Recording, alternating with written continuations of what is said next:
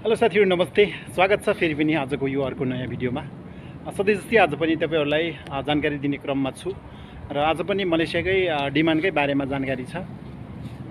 किनभने धेरै साथीहरु अहिले वैदेशिक रोजगारको लागि अरु अन्य देशमा भन्दा पनि अन्य देशको यो खाडी मुलुकहरुमा भन्दा पनि मलेसियामा आउनलाई धेरै साथीहरु मलेसियामा आउन खोजिराख्नु भएको छ जस्तो लाग्छ। धेरै साथीहरुले मलेसिया रुचाउनु भएको छ किनभने मलेसियाको हावापानी पनि राम्रै छ अरु देशमा भन्दा एकनासकै हावापानी हुन्छ, त्यसैले पनि होला।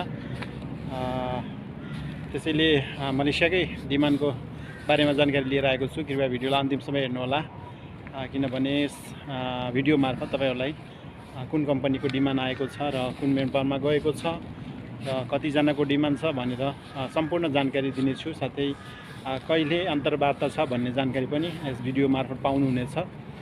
त्यसैले भिडियोलाई सुरुबाट अन्तिमसम्म हेर्नु होला। आउनुहोस् सुरु गरौँ। कुन मेन पावरमा डिमान्ड गएको छ र कुन कम्पनीको डिमान्ड हो। साथीहरु, यो कम्पनीको बारेमा भन्नुपर्दा चाहिँ यो कम्पनीको नाम रहेको छ good night firm and latex SDN BSD. Good night firm and latex SDN BSD. Good night firm and latex SDN BSD. यो कम्पनीमा के काम हुन्छ भन्दाखेरि फर्म भन्ने बित्तिकै गद्दा भन्ने बुझौँ न हामीले, हाम्रो भाषामा भन्दाखेरि गद्दा जस्तै बेडमा हुने गद्दा, अनि यो हुन्छ सोफाहरुमा गद्दा हुन्छ, त्यस्तो खाले फर्महरु बन्ने कम्पनी हो यो भनेको चाहिँ good night firm and latex company.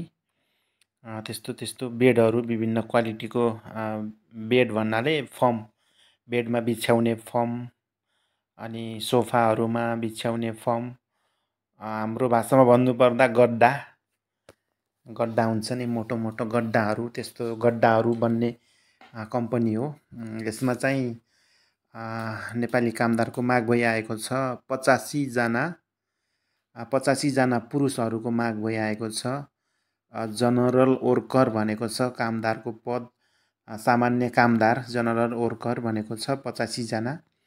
त्यस्तै यसमा मासिक तलब चाहिँ 1500 रहेको छ। अन्य कम्पनीहरुमा जस्तै मासिक तलब, मलेसियाको मासिक तलब 1500 नै हो अहिलेको। त्यस्तै यसमा चाहिँ ओभरटाइम सुविधा कम्पनीको नियम अनुसार भनेको छ र प्रतिदिन काम गर्ने घण्टा भनेको 8 घण्टा र हप्तामा 6 दिन भनेको छ।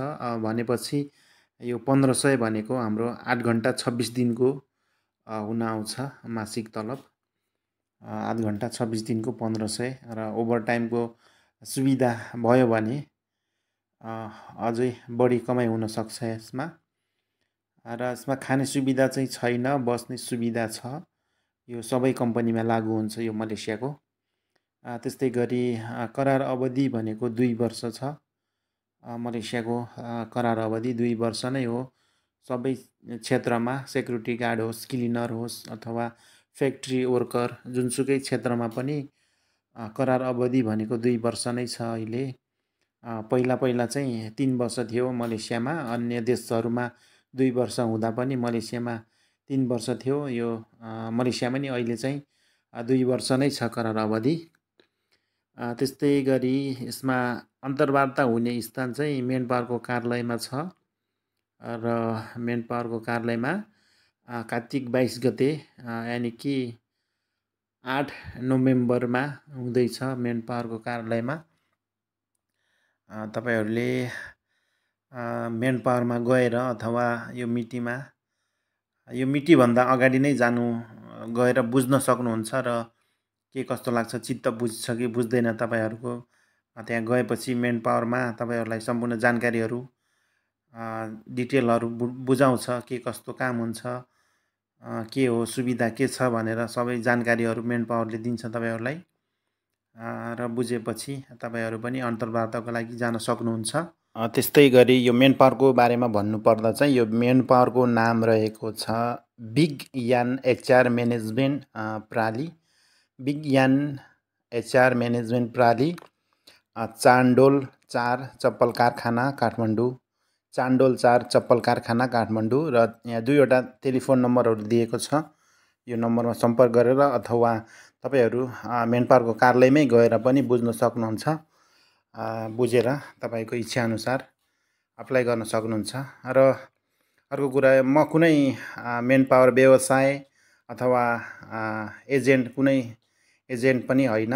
यो तपाईँहरूलाई वैदेशिक रोजगार विभागबाट प्रकाशित भएको यो डिमान्ड जानकारी मात्रै दिएको हो। सबैलाई थाहा हुँदैन यो डिमान्डहरू कहाँ के हुन्छ, कसरी हेर्ने भनेर। त्यसैले यो युट्युब मार्फत, युट्युबमा त सबैले हेर्नुहुन्छ। त्यसैले हेर्दै यो डिमान्डहरू पनि भेटियो भने तपाईँहरूलाई यदि वैदेशिक रोजगारको लागि मलेसिया आउन खोजिराख्नु भएको छ भने तपाईँहरूलाई सजिलो होला भनेर यो वैदेशिक रोजगार विभागबाट प्रकाशित भएको डिमान्ड तपाईँहरूलाई जस्ताको तस्तै बताएको मात्रै हो। म कुनै एजेन्ट अथवा मेन पावर व्यवसाय केही पनि होइन, जानकारी मात्रै गराएको छु। त्यही बुझ्नु होला। र यदि इच्छा लाग्छ भने यो मेन पावरमा गएर बुझेर चित्त बुझ्यो भने एप्लाई गर्न सक्नुहुन्छ। हवस् साथीहरू, आजलाई यति नै। अर्को दिन अर्को भिडियोमा भेटौँला। यदि च्यानलमा नयाँ हुनुहुन्छ भने कृपया च्यानललाई सब्सक्राइब गर्नु होला। भिडियो के कस्तो लाग्यो सल्लाह सुझाव दिनु होला। तपाईँहरूको कमेन्टको आधारमा पनि भिडियोहरू बनाउँदै जानेछु। हवस् त, आजलाई यति नै। नयाँ दिन अर्को भिडियोमा भेटौँला। जय नेपाल।